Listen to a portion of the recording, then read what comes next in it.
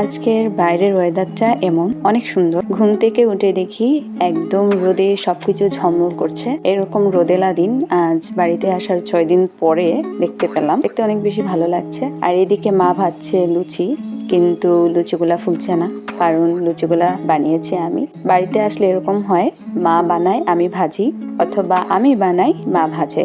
তো আজকে আমি বানিয়েছি আর মা হচ্ছে ভাজছে। তো 2-3টা ফুলেছে লুচি, বাকিগুলা ফুলেনি। সবটাই হয়েছে ডোটা ভালো করে নামাখানোর জন্য। তারপরেও এটা বাড়িতে বানানো লুচি, এটার স্বাদই অন্যরকম হবে। যাই হোক, লুচি ভাজা মোটামুটি শেষ। আর ওইদিকে মায়ের আলুর তরকারিও বানানো হয়ে গেছে। তো এবার সকাল সকাল আমি ব্রেকফাস্ট করছি লুচি আর আলুর তরকারি দিয়ে, যেটা খেতে অসাধারণ হয়েছিল।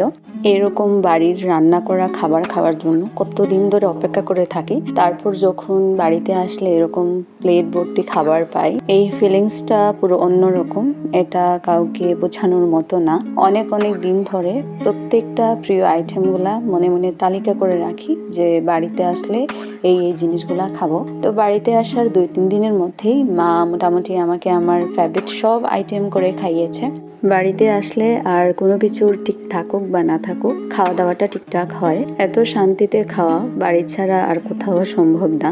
কোনো ধরনের কোনো চাপ কাজ করে না, ইচ্ছে মতো খেয়ে যাই। এতটা শান্তি, এতটা প্রশান্তি শুধু বাড়িতেই আছে, যেখানে কোনো ধরনের কোনো বাধা ধরা, কোনো নিয়ম, কোনো কিছুর মধ্যে থাকতে হয় না। সময়ের সাথে পাল্লা দিয়ে দৌড়াতে হয় না। এত স্মুথলি দিনটা কাটে, সেটা বাড়ি ছাড়া আর কোথাও সম্ভব না।